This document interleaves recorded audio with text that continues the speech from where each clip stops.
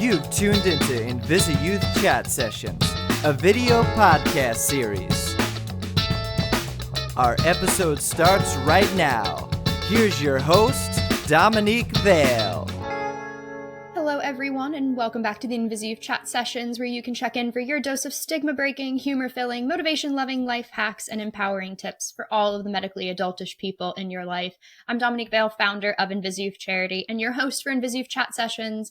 And today we're on Season 7, Episode 117, and I feel this podcast episode is going to be giving all of the inner artists in ourselves a really fun treat today, so I'm ready to just jump right in with this intro. We're going to be chatting with the owner and illustrator behind the company I Heart Guts, Wendy Bryan Lazar, an artist from her early years as a child that always grew during her years of schooling into adulthood as a professional illustrator. It was clear for Wendy that she was going to have a life where art was part of the focal point.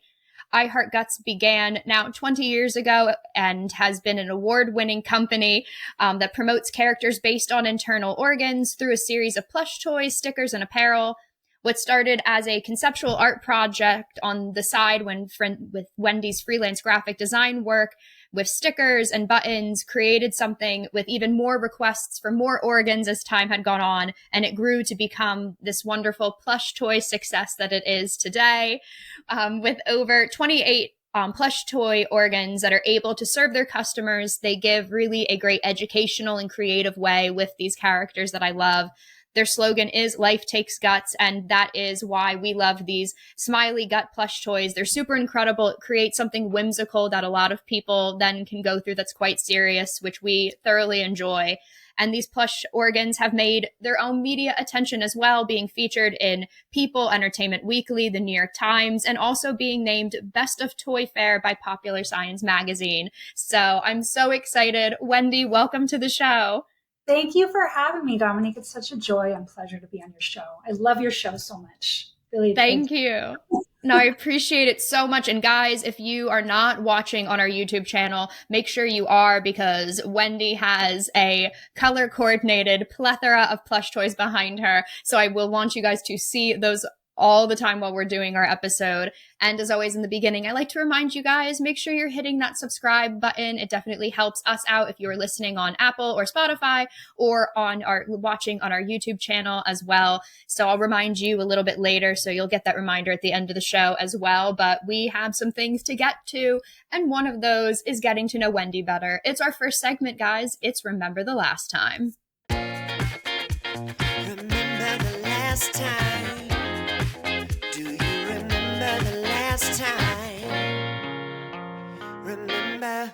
Remember the Last Time is our insightful and quirky way of getting to know our guest. And so with Wendy, I'm going to be asking her some fun questions about some of the last things that she's done or that she would do, and see if we can get to know Wendy even better. So first things first, Wendy, when was the last time you did something to recharge? Let's see. I love hiking. So generally, I will just head up we live in the foothills of the Inland Empire in outer LA County. So I love going hiking. So I recently went up Ice House Canyon, which is one of my favorites. And I jumped into a cold stream, and it felt great. I just love being outside. Oh my God, I love that answer. I love it. Kind of even going off of that, when was the last time you had an urge to travel somewhere or travel somewhere new? Every day. The urge is always there. It's always just can I make it happen? I have 3 kids and I run the small business. So which is my small business is like my first child. And then I have my other kids. So traveling is always kind of tricky with everybody's schedules, but I'm always dreaming. I would love to go. I don't know. I'm fantasizing about it'd be fun to go to Costa Rica or maybe. The other day, my kid was like, I want to go to North Korea. I'm like, that would be actually so interesting and amazing, because Americans aren't really allowed in there, but I know you can do private tours. So that's my latest fantasy, is that'd be really interesting to go to North Korea and then go to South Korea and just sort of see the difference. Oh, I like that. Do the entire peninsula. I enjoy that's interesting. Yeah. When was the last time you cooked or had your favorite meal? Ooh, that's a good question. My husband's a much better cook than I am, sadly, but my kids like my pesto. So I make a mean pesto. So everybody's always happy when I do that. So I would say like pesto. I love, do you know Sami Nosrat? She wrote the Salt, Fat, Acid, Heat cookbook. No, And I she has a don't. Netflix show of the same name, which is great if you want to watch something. She has a lot of amazing recipes that are like complete go-to life-changing recipes, like a slow roasted salmon, an amazing chocolate cake. So I recommend those, but I'm always like, I need to try all the recipes in this cookbook because they're incredible. Ooh, I like that. I like that. Yeah. When was the last time you had an urge to add another organ to the plush toy mix? That urge is like travel every single day. It's really, I am only limited by money. So, like with things that are running out, I have to reorder them. So, like I sell a lot of uteruses and hearts and brains. And so there's only so much that I can order at one time or how much I can afford to order at one time. So usually my order is filled with things that I need to reorder. And then if I'm lucky, I can stick on some new stuff. So this year is my year because I am adding 2 new plush toys and 2 new bag charms in the fall. So I don't know if I should reveal anything, but I'm very excited. Oh no. And this will be on the lookout for everybody at the end when we'll have you list where people will be able to find out where those are for sure. I'm excited about that too. When was the last time you might have found a new TV show or movie that was brand new to you? Let's see. Well, I love Wednesday, so I'm watching the second season of that. Cool. And let's see. Last night, I love like narrative nonfiction and documentaries are my jam. Me too. I know I want to get some recommendations. What I ended up watching last night was Keep Sweet, which is about fundamentalist Mormonism. Ooh. And I love a good like doc health drama or a documentary. I really want to watch The Pit, but I don't have the HBO. So have you watched it? I mean, I've heard of it. Right? I heard of it, yeah. Pennsylvania background, I mean. Yeah, no, I have definitely, but that sounds really, really cool. Yeah, but I know the other documentary you're talking about. I have seen parts of that as well. So, but I love a good documentary or docuseries. So I'm right with you on that one. Same. And anything medical, like I don't know if you listen to Mr. Bond's Medical Mysteries, maybe it's less fun to listen to that if you do have a difficult to diagnose health condition, but it's like so interesting to me. Maybe less interesting if you're actually living that medical mystery yourself. Yeah, or it's very relatable and you're like, I know exactly what that journey feels like. Exactly what you have. You have nutcracker syndrome. Next. Yeah. I love that. Clearly they have IBS, blah, blah, blah. Anyway. When was the last time you had, I know picking a favorite plush toy would be like picking a favorite child, but when recently did you look and you were like, you're my favorite for today? I do love my uterus. She is always my favorite. I know she's a troublemaker in so many bodies all around the world, but she is an incredibly powerful and empowering organ. So she's always kind of my secret favorite. Shh, don't tell the other ones. They're not listening. They're not listening. They don't have ears except for you. There you go. I love that. When was the last time you spoke to someone on the phone? Wow, that is a really good question. I think I talked to my mom the other day on the phone. Yeah. Oh, I like that. My mommy. I like that. I like that answer. Speaking of uteruses, thanks. Thanks for the rent time I spend in there. I love that. When was the last time you added something new to your work desk? Oh my gosh, I'm looking around. My kid, my youngest, she's 10. She loves leaving me little notes. So she's always leaving me like, I love you, mommy, or don't stress out, mommy. Oh, I love that.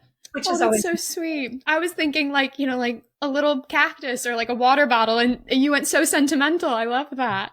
Yeah, she leaves, and then she'll be like, "Mommy, can you cut up some apples for me for my lunch tomorrow?" Yeah, just P.S. I need you. Yes, make me lunch. Thank you. And then, when was the last time you tried something new for the first time? Oh my gosh, yeah, I saw that one. I was like, "What? I don't know." That is such a good question. I don't know. That is a tough one. I'm trying to think of like foods that I ate recently. We live in the San Gabriel Valley, so there's a lot of really great Chinese food. Oh, cool. oftentimes there's things where, I had never tried it. Like there's this thing called stinky tofu, which Interesting. A Taiwanese street food, and it is very stinky, and it is interesting flavored, and it's probably not for me, but I did try it and it was great. There's a thing called 626 Night Market. Maybe you have them out on the East Coast. I'm not sure. It's just like a Taiwanese night market cool. pop-up, and they have all kinds of incredible food that maybe you've never tried before, like a salted squid or a stinky tofu, or I like that. Natto. That's interesting. I'm having tofu for dinner tonight, so it worked perfectly on that end. So. Yeah, make it stinky. I'll be thinking of that as I'm cooking it. Definitely, for sure. Yeah, I love that. How do you cook it? Exactly. I'm marinating it and doing some cold and some broiled, so we'll have a nice little hot and cold in it. So but I'm gonna be thinking of stinky tofu now when I'm cooking of it for sure. I'm gonna have to look this up because I'm very curious now. But I love that. And that is such a good way to end that segment. I love that so much. And before we go into our next one and get to talk all thing art with Wendy, I obviously wanted to talk to you guys about something else that I really love, which is our InvisiYouth charity shop. You'll see that I'm obviously wearing some of our Subtle Activist color block bracelets. They're on display behind me, as is our Subtle Activist sticker collection. And those are our 2 items that we have in our shop that's exclusively on Etsy that our volunteers help run and distribute all of our items, where we have free global shipping, and 100% of every purchase is a donation directly towards funding InvisiYouth's free resources and programs we provide every month. So it's our motto that we enjoy subtle activism, which is to spark curiosity of creating positive change and educating people. So like we always say, we love to have that little curious moment with our type of activism. So our bracelets always have that subtlety to them, and so do a lot of the different slogans and colors on our stickers in our collection as well. So if you are able to buy anything in our Etsy store or able to share it to someone you love to buy on your behalf, it's basically like getting a gift in return for a donation. So it's a win-win. So we'll have the link on the screen and also in our description and show notes. So if you are able to check out our store and help out, we would thoroughly appreciate it. And now we're going into something else that I thoroughly enjoy. We're going into our next segment. It's Path to Power. Path to Power.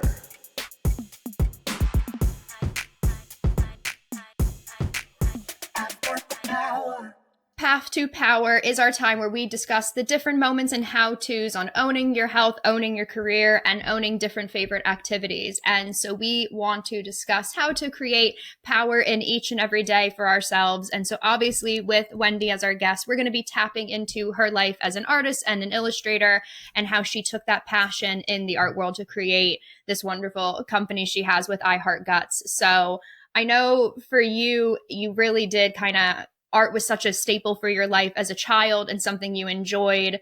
So how did you kind of have that shift from enjoying it as a hobby and something you were doing in school to then feeling like, no, I want to actually pursue this professionally? What was that sort of shift in thought for you? Definitely a long journey. I always did art as something that was fun, something that was enjoyable. And then I remember when I was in 5th grade, I drew a chocolate mousse. It was a mousse and it was chocolate, and I sold it for $5. And I was so excited to make $5 from some parent who thought it was cute. And I guess that was the first time I got a taste of you could make money off of this thing that you love doing. Fast forward to graduating from college with an art degree, thinking this is the dumbest degree I could have gotten. How useless, how stupid. What am I going to do? It was not a great time economically, but I managed to get a couple jobs doing graphic design and stuff like that. At the time, Photoshop was relatively new, so it was people saw that you knew how to do Photoshop and Illustrator. They're like, "You're hired." I'm like, "It doesn't matter that I have no experience with anything else." And they're like, "It's fine. Just sit at this desk and pretend that you know how to do stuff." So I slowly got more and more graphic design gigs and jobs. And so graphic design was sort of my path to doing mostly layout and graphics and less illustration. But then I eventually started doing freelance for like a t-shirt company and making things very much in the style that you see I Heart Guts is today, like very simplified, cute, kawaii characters of different things like breakfast food and sushi and vegetables and fruits. And we sold to a bunch of different stores and like, Wendy, what other ideas do you have? I was like, how about like bugs and cars and organs? And they're like, not the organs. Not the organs, please. I was like, oh, I thought the organs were cute. Like the art department loved the organs, but they're like, there's no way we could ever sell this, to a store. So I was like, fine, you're probably right. I don't know. So I kept drawing them anyway, kind of like in my sketchbooks on notes, doodling on notepads while I'm talking on the phone. And eventually I met and married my current husband, and he was like, you're always drawing these things. Why don't you do something with them? And I was like, I don't know what to do with them. Didn't know how to build websites. So I built like a small website, and I figured out how to like make a little button set and a sticker set. And I just built a website with like a couple of PayPal buttons, and it was sort of like a joke, like an art installation. It was just like a prank almost, because I was like, nobody's going to buy this, whatever. It's just like a weird thing that keeps sticking in my brain, and I have to get it out of my system. So I did that. And then I've always loved art and science, and they kind of just really went together. And then people started buying the stuff, people who I didn't even know. And then they would write in and say like, oh my gosh, I'm diabetic. You need to have a pancreas character. I was like, oh, sure. So I added that. Or my mom's an OBGYN. Why don't you have a uterus? I was like, oh my gosh. Okay. So I drew a uterus and added that, and just added all these different characters where people were like, oh, my brother gave me his kidney. So I didn't come from a health background. It was more from like a love of biology, physiology, and science. And then I learned about all of the different conditions based on what my customers were asking for. So I sort of slowly got educated in all the different things that I think your community struggles with. Chronic health problems, surprise surgeries that go wrong, a variety of health issues that the human body throws at you in your life. And it just was the most incredible and inspiring thing. So all of a sudden I was like, wow, this is so, these people are incredible. So it was just sort of serving that community became my mission. It was just like a interesting approach. Anyway, so long story short, the plush toys didn't come until much later. I started very small buttons and stickers. I was still doing my graphic design, website design on the side. And it took many years to develop it into an actual company, which is 20 years ago now. I filed my LLC, and it's crazy to still be here. I don't think I would have imagined that I'd still be around. It would still be my job. It's been a great and incredible journey. My customers are just the most amazing and inspiring people. And it really keeps me going, just hearing people's stories and how they survive and thrive in really tough situations with their health. Yeah, no, I love that, because it's sort of reminding that doing things creatively, because there's such a interest of wanting to make hobbies a career. And for you, that also was a thought in your head of wondering, okay, how is this actually going to be functional for me? And then finding paths that you weren't even thinking of, like you said, doing graphic design or Photoshop and doing into those things were helpful for you to then kind of have the space to be illustrative and curious on your own to make these sort of organ characters, and then kind of give you the professional experience behind you to then go, oh, well, I kind of now know how to maybe try doing different things. So that knowledge of knowing that hobbies can turn into professions. But even kind of, you touched on it too when you had graduated. I know a big thing we'll always get, especially in the chronic illness and disability space, is wanting to kind of utilize the flexibility of freelance or doing creative work, because so many people with health issues kind of tap into their creative side when they're dealing with different chronic illnesses or disability. So how there's that worry, though, of going into a creative space of how is that going to work for a profession, or that stability that you would want. So what's sort of the advice that you would give to people that are kind of now coming into the creative space or the art space that want to be practical, but also still want to kind of chase the dream of doing something artistic professionally? Yeah, for sure. I mean, especially if you have a health condition, you can't just be like, oh, I'm just going to go out on my own. You need to have health insurance. You need to have, I couldn't do this if my husband didn't have a real adult job with health insurance. because it's so expensive. And then if you have pre-existing conditions, it's even worse. So I can see that's very challenging for people. But I would say just, sort of like trust your heart as far as like if you have an idea and if you have a creative spark, that you should absolutely do it, not just to like market it or turn it into something marketable, but because you love it and it feeds you in a way that, for me, drawing, or for some people, photography or sculpture or singing or music or dance, those things just as human beings feed us so much. And I spend way too much time on my phone, and I miss drawing, which used to be my kind of go-to if I had any downtime. So I'm sort of hoping this year to get back to that. But I just know that the creativity is so important to just making us feel like human beings and not robots. So I would encourage anybody that wants to learn something, or like wants to play an instrument or dance or draw or do anything or try anything new, that they should just go for it. And if you do have physical limitations or other, health related limitations, just, go easy on yourself, and you can do things like a little bit at a time or here and there. Rome wasn't built in a day. I didn't have 40 plush organs in a day. It took years. Yeah. It took many years, and it took screwing up in every possible way. That's how I learned how to do it. There is no class. There was no information. I didn't know how to do it. And I screwed up all the ways. And yeah, it's just like, it's not easy, the creative path, but it's rewarding and fun. Yeah. And I like how you said too, that even when you started, you were still doing other work while you were starting, because there's this sort of, I guess, pressure, especially even on like social media, like you said, of seeing people fully dive in going, I'm starting a new business. It's fully just this.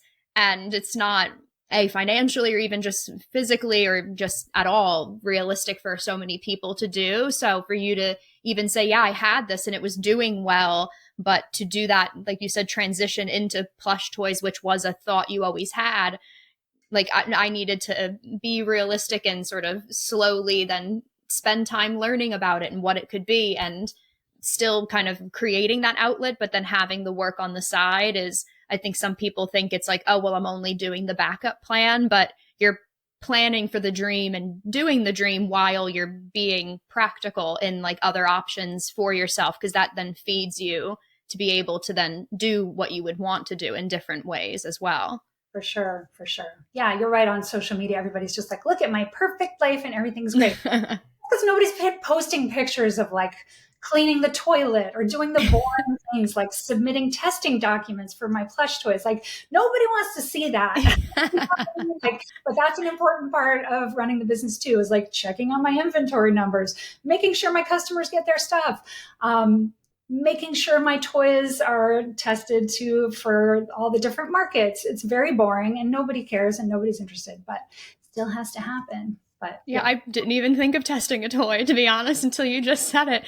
So yeah, but that's so true. Like you said, there's so much more that goes into it. So even if you do something creative as a vessel for work, there's still a lot of work that goes into that as well. So to sort of take those as baby steps also kind of probably teaches you other tools to use if you're able to then fully shift over and like do something creative, or like you said, leaving school and being curious of, okay, what can I actually do with more of an artistic degree, and being open to so many things that weren't what you were thinking of while in school.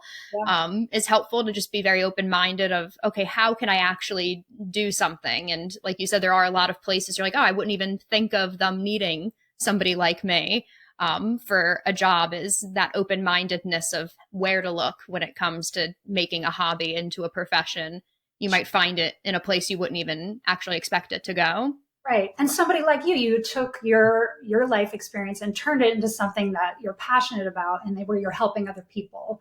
And I feel like there's so many people who are embedded in their micro community of people who have their affliction or disease or health problem, and they can really understand how to serve that population in a way a medical normie like me can't understand. So I feel like that is a gift. It's one of life's difficult gifts maybe that you get, and then hopefully you can find a way to turn that into something where you're giving back and you're helping people understand what it's like to live with that condition or experience or whatever, or chronic illness. Yeah. Yeah, no, I really enjoy that. Even the last question I was going to ask too is obviously doing something that is such a passion of yours that's artistic, but then now is a profession. Sometimes I'll even get asked that question of I love philanthropy, but when now it's a profession, how do you still stay self-motivated? Or if you're in a rut or have like that writer's block or creative block, what do you do for yourself? Because it is your company now to kind of break through that artistic block. Like, what are the things that help you for that? You're just like talking to friends, talking to people. I recently just came back from Comic-Con, and that's always very inspiring. Like meeting my customers face to face, hearing about what they want, what they need. They're like, you should make this and you should make that. And I went through this and that. So I always like hearing their stories, and it's always helpful.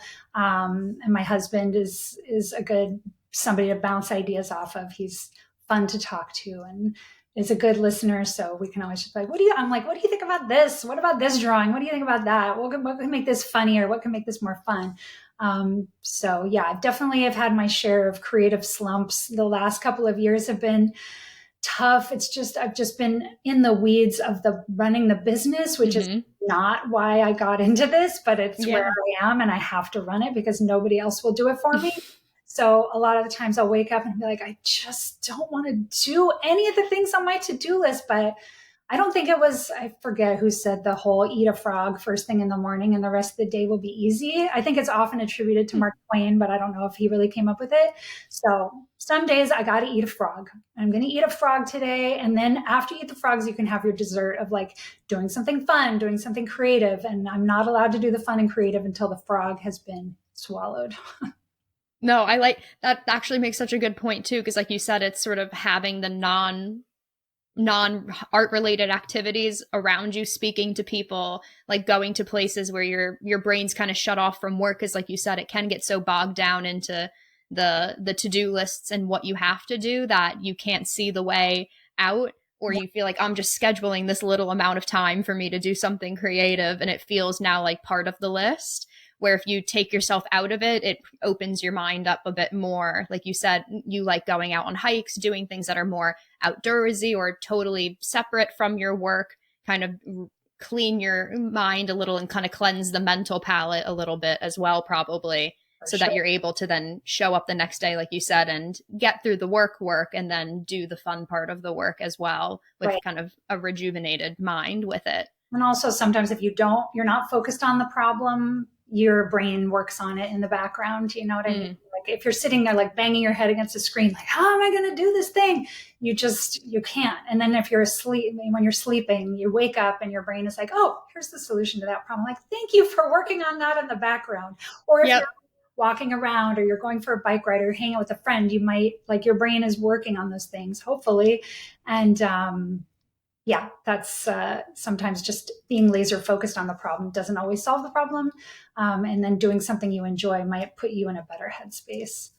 Yeah, very true. My brain loves to wake me up in the middle of the night with an idea. And I'm like, oh, now I need to roll over and write that down. Thank you. You have a pen and a pad, so you're ready. Yep.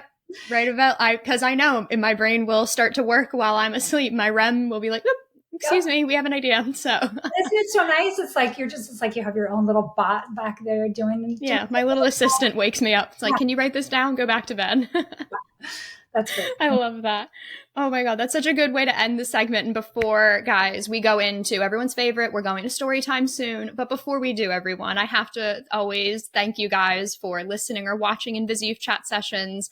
It is our first digital resource we provided at InvisiYouth now 7 years ago, having 7 seasons, over 100 episodes. It's been wonderful to be able to create a whole space of resources where we have 5 digital resources that come out monthly for free for so many deserving teens and young adults living with chronic illness and disability around the world for you guys to download and utilize so that you can get some personal development and mental well-being tools to help you find ways to adapt and thrive in the non-medical aspects of life with a chronic illness or disability. So we always put our donate link on the screen and in the description and show notes, because 100% of every donation that comes in goes directly towards funding all of our free resources and programs that we provide monthly. So every cent really does make such an impact for us to keep providing these resources for free for so many deserving young people. So if you're able to donate or able to share that link and have someone else pay it forward, every cent counts and every donation really does make a positive impact. So we thank everybody who's able to help InvisiYouth charity as well. It means so much to myself and everyone here at InvisiYouth. So we thank you for that. And guys, we're going to go into our next segment. It's So That One Time. So that one time.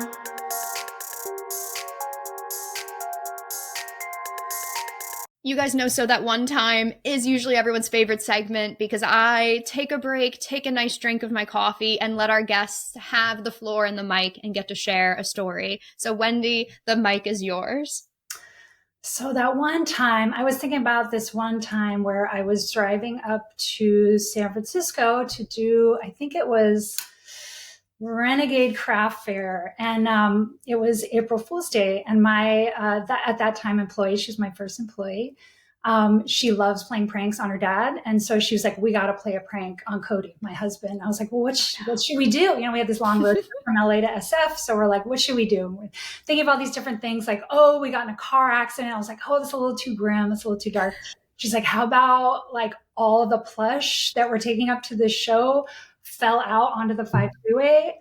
Oh God.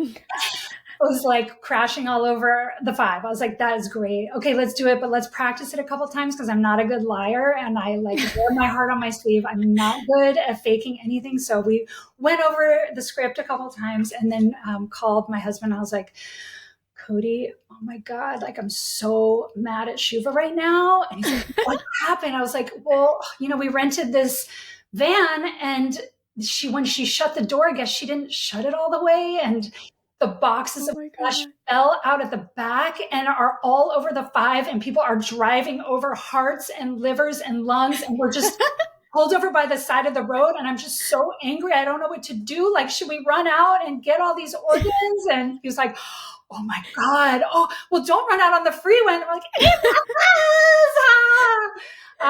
he was amused. Not thrilled. I love April Fool's. It's my favorite holiday. If you go on our Instagram around April Fool's Day, we are always playing tricks. So watch the date. Anyway.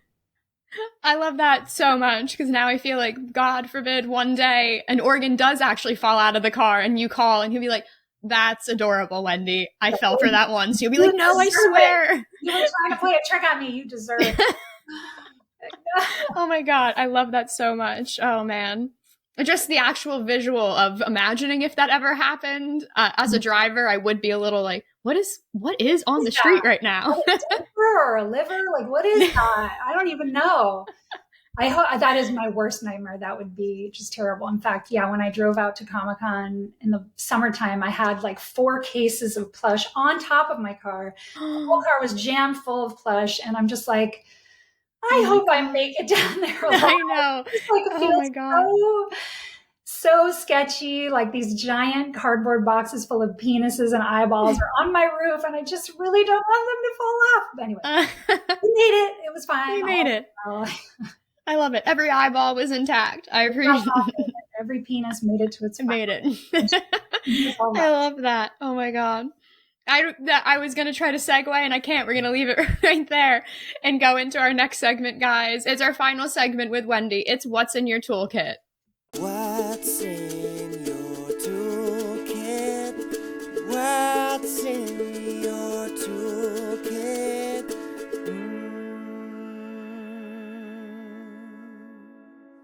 Guys, what's in your toolkit? You know we love a good tip sheet and promotion of how to make life easier, more adaptive and accessible. And you know, with Wendy, we really wanted to get into her toolkit as an illustrator and the founder of I Heart Guts and learn some more behind the scenes about a company we've loved since we started InvisiYouth. So I'm super excited to talk about this. So the one thing I was curious about was, do you have like go-to tools or materials or programs you like to use when it comes to illustrating, or that when people ask you as new artists what to use, what are your kind of mediums that you always gravitate towards? Sure.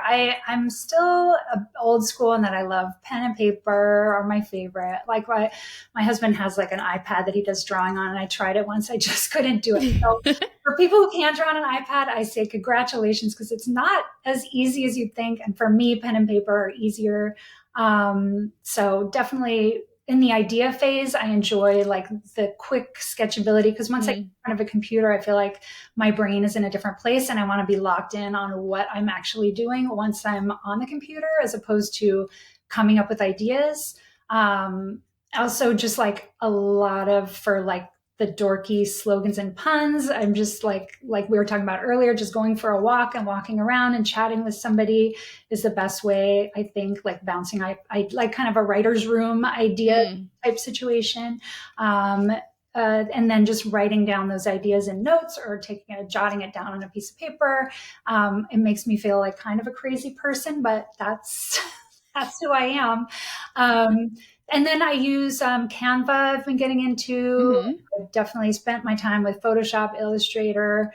Most of my work starts as a sketch, and then I move it over as a vector graphic in Adobe Illustrator, and then use it to make pins or magnets or stickers, or eventually turn it into a plush toy. I don't use any 3D CAD or anything for doing the plush. And I'm very old school. I'm like, I draw it from all four sides of what I think it should look like.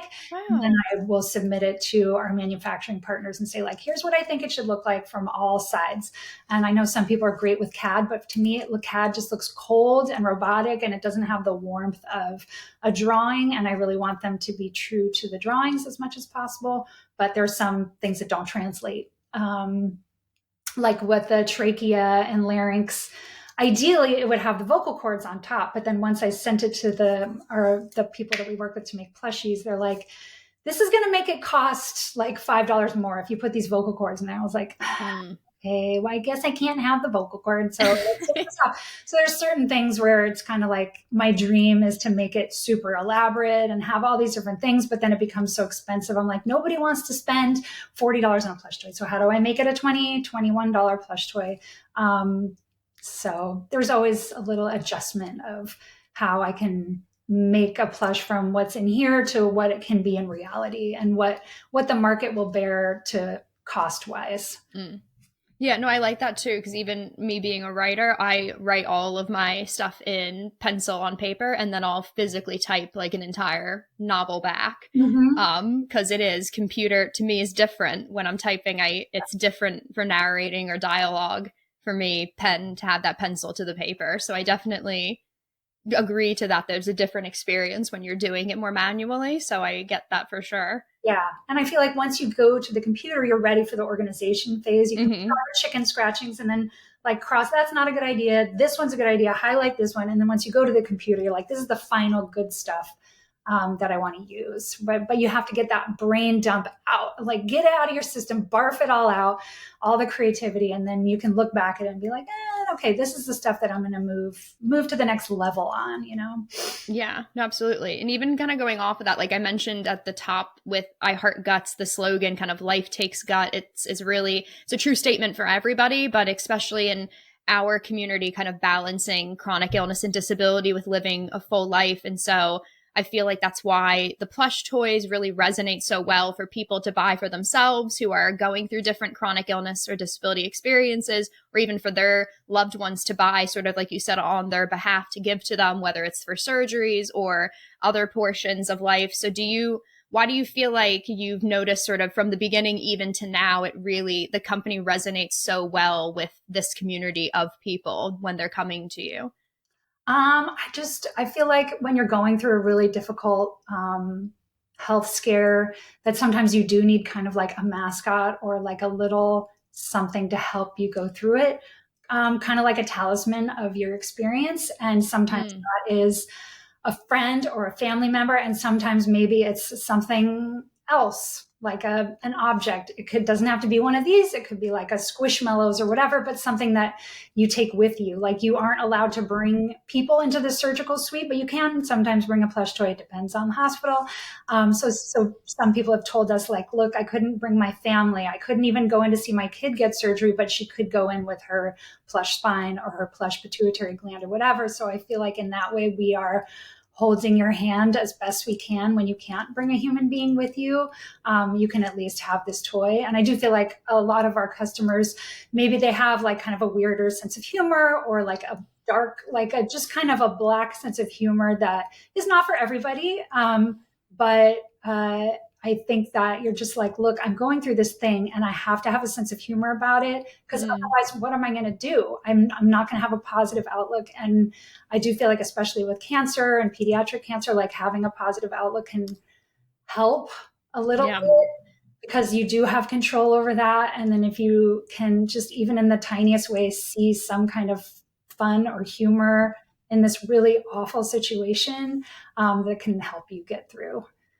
Yeah, no, absolutely. I like how you said that too, because it kind of, like you said, it brings sort of the whimsical nature to something that can be so serious, or if it is a chronic illness and it's something you live with permanently, to kind of have something external that brings a little more levity to the subject when you're always thinking of going to the doctor for this health issue you always have. And it is such a more medical kind of sterile conversation when you're talking about health, that when you have something that looks more jovial and is more jovial, it kind of allows you to remind yourself that like you're living in the experience always, even though if you have to take your health seriously, you can still have something with you, or have something even just in your room that you're like, you can laugh about or enjoy or find funny, or probably I would imagine even be a nice icebreaker for people who don't know about your health issues, that if you have that, they're just naturally going to be curious about these plush toys. And then that starts a fun conversation for you to actually open up, because they're just actually curious about that item, which then probably opens that conversation for so many people as well. Yeah. And like you were saying, like with endless doctor's visits, when you have a condition, you're in there all the time. And sometimes you bring in this stuffed animal as like a way to visualize your condition. And like you said, an icebreaker to talk to your doctor about this stuff. They'll be like, oh, I see you brought your pancreas with you. You're like, yep, this is the guy that's causing me all this trouble. I had to bring him so I could give him a spanking. You're just something to kind of bring a little joy to a very serious conversation that you need to have with your doctor. But doctor's visits can be very stressful and scary for people, especially kids. So any way to make it a little lighter. And we've heard from different, nurses and doctors are like, oh yeah, we'll have like the liver, and we'll just be like, this is the part of the liver that we're going to remove. And so it kind of can help visualize, take what's happening inside your body and bring it out, talk about it, and create a discussion in a kind of a lighter hearted way if possible. And it's a little more fun than a medical model. Although I love me a medical model. Those are the best. So anytime you leave me alone in a room with one of those, I'm like, oh, look at the little spine of the little vagina. This is so cool. I love it. I want to put a happy face on it. Oh my God. I can imagine a doctor be like, Wendy, move away with the marker. Like, I'll put my Sharpie down. I love that. Even kind of the one thing I wanted to ask too, like you had mentioned as well, when you had started the company, hearing so many stories, even now 20 years in, it really kind of always reinvigorates you and hearing from your customers. So do you have any sort of favorite customer stories that resonate with you, or the ones that kind of always come to mind when you're thinking of making new organs, or when organs are selling out and you're like, oh God, I hear from this community so much that it does touch you and the people who work with I Heart Guts in a different way? Oh, for sure. The one that always comes to mind is I heard from a customer via email. She said like, oh, my brother had a brain tumor, a pituitary tumor. And while they were taking out the tumor, they accidentally cut his vision cord and now he's blind. Oh no. And I'm laughing because it's so awful. And this was at the Stanford University Hospital. And she's like, so, our family is reeling. We are in shock.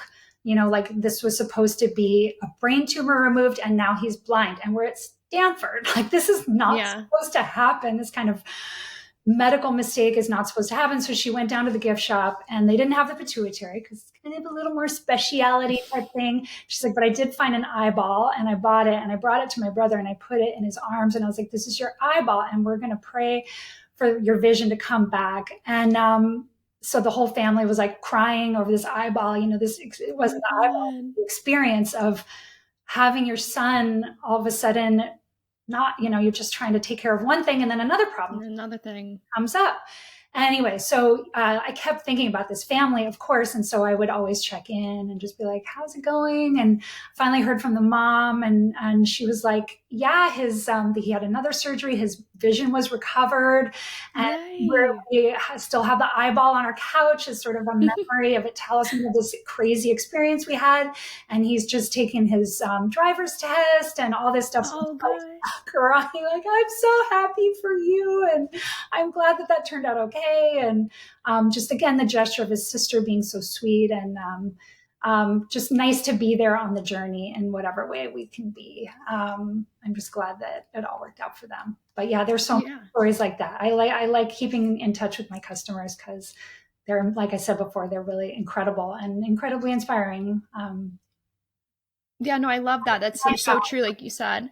Yeah, like for it to just be at a gift shop and something to try to help kind of bring some levity to such a serious moment. And then also, like you said, it still being on the family's couch months and probably years later is something that kind of reminds them of this sort of shared experience. And then also for him of that kind of journey that he then took through this whole thing as well, kind of makes it kind of a full circle kind of item for them. And kind of, like you said, it's something like you can even smile and laugh about at different stages of sort of the health journey. So to have, like you said, these toys really do kind of bring different experiences for different people, and probably even the ones buying it for their loved ones. It's sort of their kind of quiet gesture of not knowing what they can do in the moment, but I can give this, which I think is really sweet. Yeah, I know it is oftentimes like kind of a retail therapy of like, here's a situation I have no control over. I have no control over whether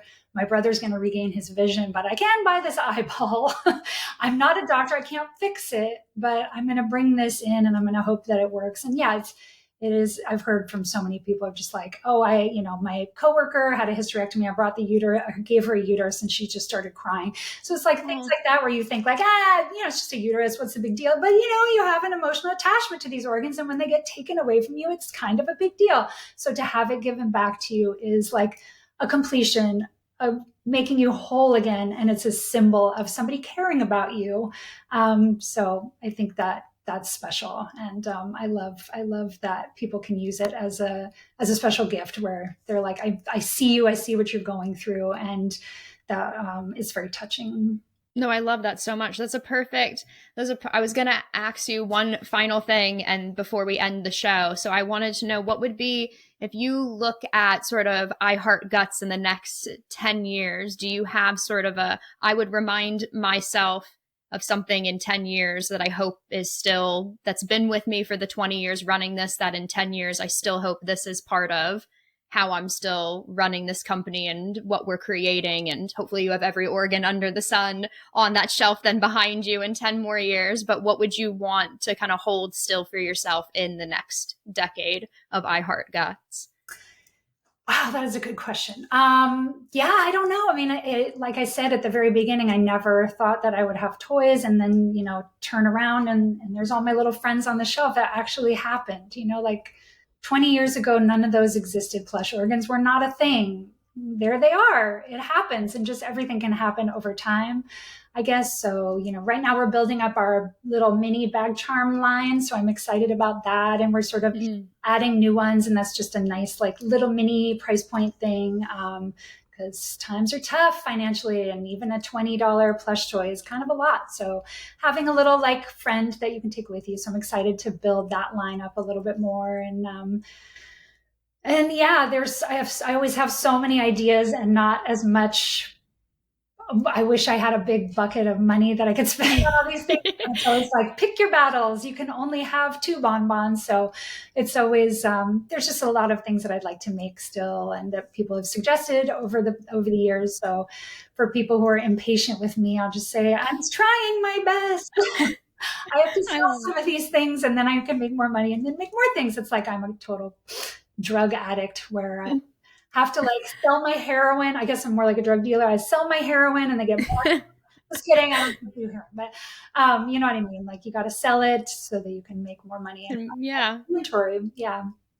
No, that's a good, like you said, kind of always having the creativity of things you want to do. And then always that kind of keeps you motivated, whether you can do them or not. But regardless, you always feel that motivation is super, I think, something that will be great to see in the next 10 more years when you have your 30th anniversary of I Heart Guts at that point. Gosh, hopefully by then my kids will help me out. Yeah, we'll employ all of them. Yeah, grow up and help me out already. I love that. I love that so much. Wendy, I had so much fun having you on the show today. It was an absolute blast. And I want to make sure everybody can find I Heart Guts online and where they can find your stickers and trinkets and plush toys and everything. And obviously, like you said, it's the fall, so new things will be joining the shop. So where will people find I Heart Guts on social media and your website? Yeah, so our website is iheartguts.com. Pretty much everything that we have is there. We also sell on Amazon, on Etsy. So you can find us there if you're in a pinch or if you love shopping on those platforms instead. We are on Instagram. Our handle is at iHeartGuts. TikTok is at iHeartGuts also. If you're still on Facebook, we're there. I don't know, like, hello, is anybody here? So yeah, we're on all the socials. So come and hang out with us. We love our little I Heart Guts fam. It's a community of people supporting and sharing and oversharing and overthinking and doing all those things. So come and join us on the socials.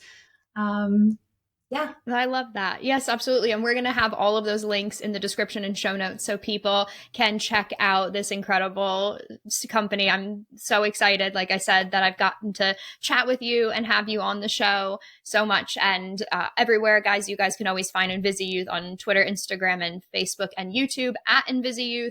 And our audio podcast platform is on Apple Podcasts and Spotify. So make sure you're clicking subscribe, writing positive comments, 5 stars, thumbs up, all the things to help our video podcast continue growing. It means so much to us.